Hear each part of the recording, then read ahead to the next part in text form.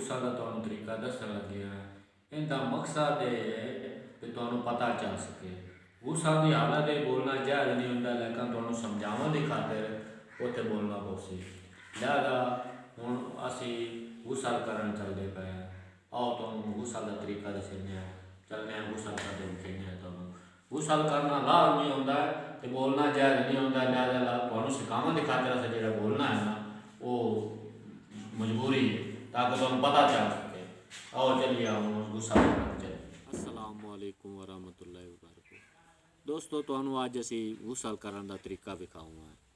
गुस्सा करन दी की शरायत होंदियां ते गुस्सा किस तरह किया जाता है। सब तो पहला गुस्सा का तरीका वो तुहानू असी हुण विखाऊंगा। पहले तुहानू गुस्सा का तरीका दसने भी गुस्सा किस तरह किया जाता है। जो गुस्सा हो जासी उस तो बाद तुहानू दसां भी गुस्सा के फर्ज किन्ने होंदे ते केड़े केड़े होंदे, वो तुहानू बाद दसने। हुण सारिਆਂ तो पहले गुस्सा का पहला स्टेप की है, पहला गुस्सा किवें किया जाता। हुण दोस्तों तुहानू मैं गुस्सा का तरीका दसूँगा किस तरह गुस्सा करता है। पहला स्टेप की है गुस्सा का। हुण असीं गुस्सा वास्ते जा रहे हैं। लो जी मैं हुण गुस्सा का पहला तरीका अपनाऊँगा।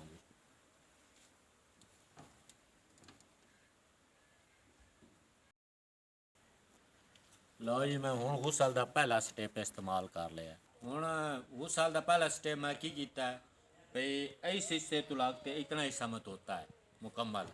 दोवां तो बाद हुण मैं कपड़ा बन के बाहर आ गया। हुण मैं गुस्सा का अगला तरीका तुहानू दसूँगा भी किवें होंदा। हुण मैं साडा है गुस्सा का बाहर ओपन जगह। ओपन जगह का मतलब ये होंदा भी कपड़ा बन के ते गुस्सा करना। हाँ जी, अगर बाथरूम हो तो फिर कपड़ा उतार के तुसी गुस्सा कर दे। पर बेहतर तरीका होंदा कि पहले कपड़ा बन्नो, कपड़े उतार के फिर कपड़ा बन्नो तो कपड़ा बन्नण तो बाद तुसी वज़ू करो। वज़ू का तरीका तुहानू मैं दसना भी किस तरह वज़ू करना। हुण मैं कपड़े उतारन लगा तो उस तो बाद मैं जनाब कपड़ा बन के तो तुहानू गुस्सा का तरीका दिखाना। ठीक।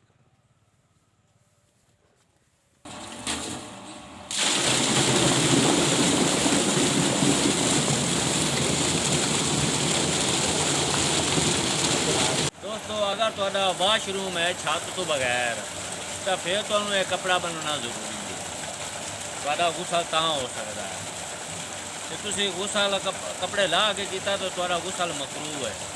लिहाजा कपड़ा बन के गुस्सा करना चाहिए।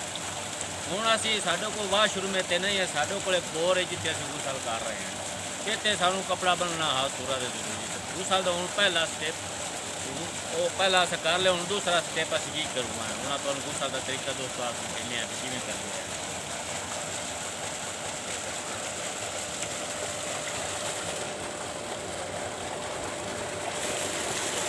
सब तो पहले हुण जनाब अस हत्थ धोने 3 दफ़ा। आ देखो बस हाथ धोते 3 दफ़ा। हुण जनाब दूआ स्टेप की है गुस्सा का गरारा करना।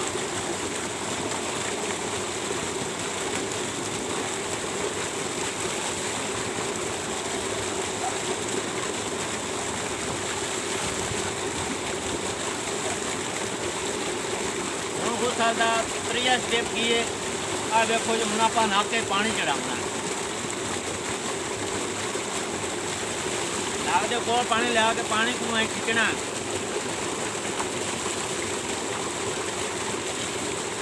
अच्छा हूँ 3 दफ़ा नाके पानी चढ़ाया फिर उन्हें उंगली मारी है। फिर तीसरा स्टेप हो गया। हूँ असीं जनाब मूँह धोंदे पे हैं।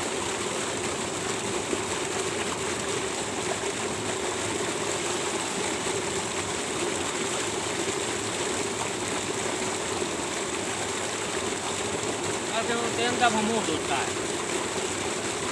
उस तो बाद असीं की करते पे हैं कोनिया तक हाथ धोने 3 दफ़ा।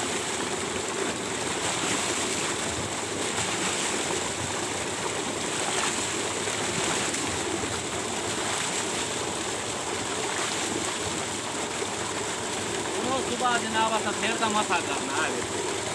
असीं मसा करते पे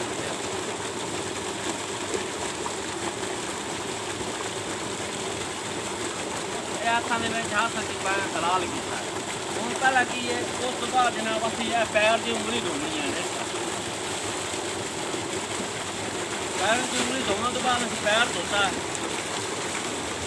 ਅਸੀਂ 3 ਦਫਾ ਪੈਰ ਧੋ ਰਹੇ हैं सज्जा, फिर ਅਸੀਂ ਹੁਣ ਖੱਬਾ ਪੈਰ ਧੋਤਾ है।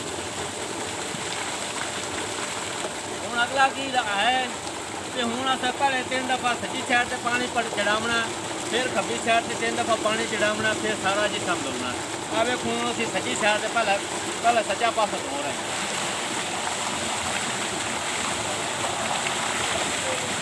नहीं करना है मुकम्मल असा सज्जा पासा धो लिया। हूँ असी धोना है दूसरा साइड, खब्बी साइड।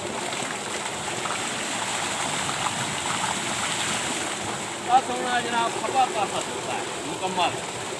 हूँ असी सारे जिसम से पानी पावना।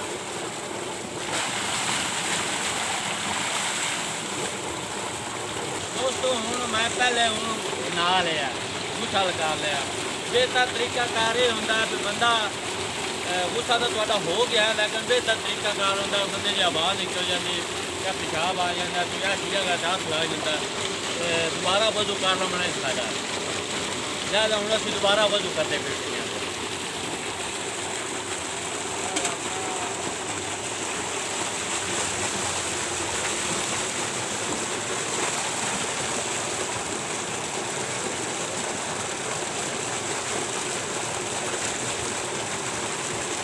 दोस्तों दसिए पहले उन्होंने गुसल किया ना, गुसल का वजू करना होर में होंगे है। हूँ असी ओरिजिनल बदल करने वजू के गरारा नहीं होंगे, कुलियाँ होंदियां ने गरारा कर लो। हूँ असी पहले सारे तो पहले की किया हाथ धोते हैं 3 दफा। हूँ असी कुली करते पे हैं।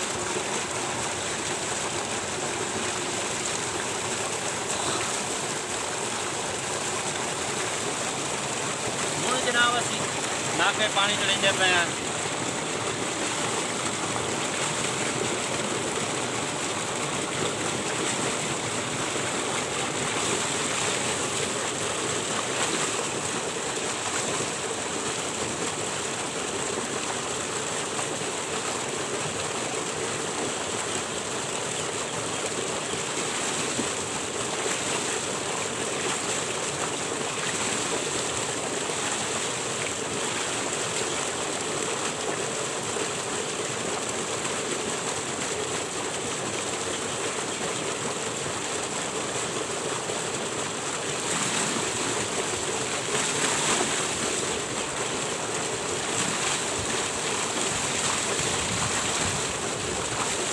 ये हम वजू कर लिया।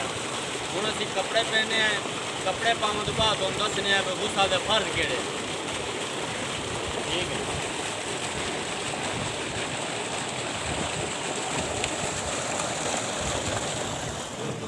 दसने गुस्सा दी 5 सुनता। गुस्सा दी 5 सुनता केड़ियां? पहली सुनना ते हाथ धोना, दूई सुनना ते प्यास्तंजा करना, 3 सुनना ते जिसम तो निजासा दूर करना, चौथी सुनना ते वजू करना, ते 5वीं सुनना ते सारे जिसम ते पानी पाना। यह 5 सुनता।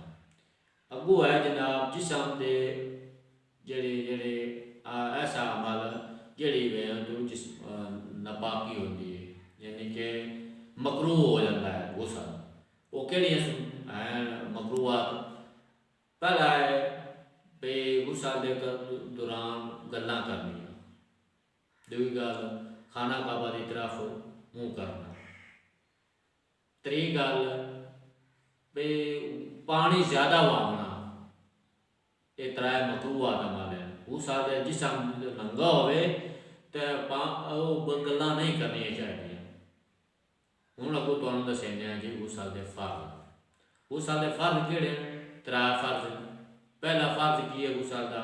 गरारा करना, यानी कि पानी ला जाना मूँह दे विच ते गरारा जाना करना, हलक तक पानी जाना ते गर गर की आवाज़ आवे, अच्छी तरह गला तार हो जाए। ये पहला फर्ज है। हूँ दूसरा फर्ज की है? नाके पानी चढ़ावना। इस तरह पानी लियावना नाके कोल आए के नाक में चंगी तो पीछे छिकना पानी ताकि नारा मंडी तक पानी चला जाए, फिर नाक को साफ करना। ये दूआ फर्ज है। हूँ 3 फर्ज केड़ा? सारे जिसम से पानी पावना। ये जनाब है 3 फर्ज गुस्सा दे।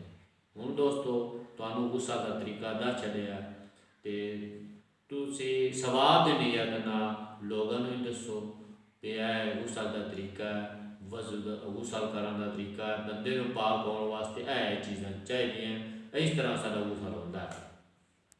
ਤੇ ਹਰ ਮੁਸਲਮਾਨ ਨੂੰ ਚਾਹੀਦਾ ਪਾਕ ਹੋਣਾ, ਪਾਕ ਹੋਣ ਨਾਲ ਬੰਦੇ ਦੀ ਇਬਾਦਤ ਅੱਲਾ ਦੇ यहाँ ਕਬੂਲ ਹੁੰਦੀ ਹੈ ਤੇ ਬੰਦਾ ਫਿਰ ਅੱਲਾ ਦੇ यहाँ नज़दीक होता है, फिर जी दुआ मंगता अल्लाह कबूल करता है। साढ़े घर मसले मसाइल क्यों खड़े होंगे, सिर्फ इस वजह तो औरतों बंद गुसल का तरीका तो पता कोई नहीं होंगे, नजासत होंगी है, गुसल तो नापाकी की समझ रही है, इस वजह तो ना उन्होंने घर मुसीबत परेशानी वबाव तंगियां तंग दस्ती होंगे। लिहाजा तुसी गुसल को सही तरीके ना किया करो ताकि तुहाडे घर आसानियां पैदा हो, तुहाडी इबादत अल्लाह दे यहाँ कबूल हो, तुहानू हराम ते हलाल चीज़ की पहचान हो। हूँ दोस्तों तुहाडे कोल इजाज़त चाहते हैं।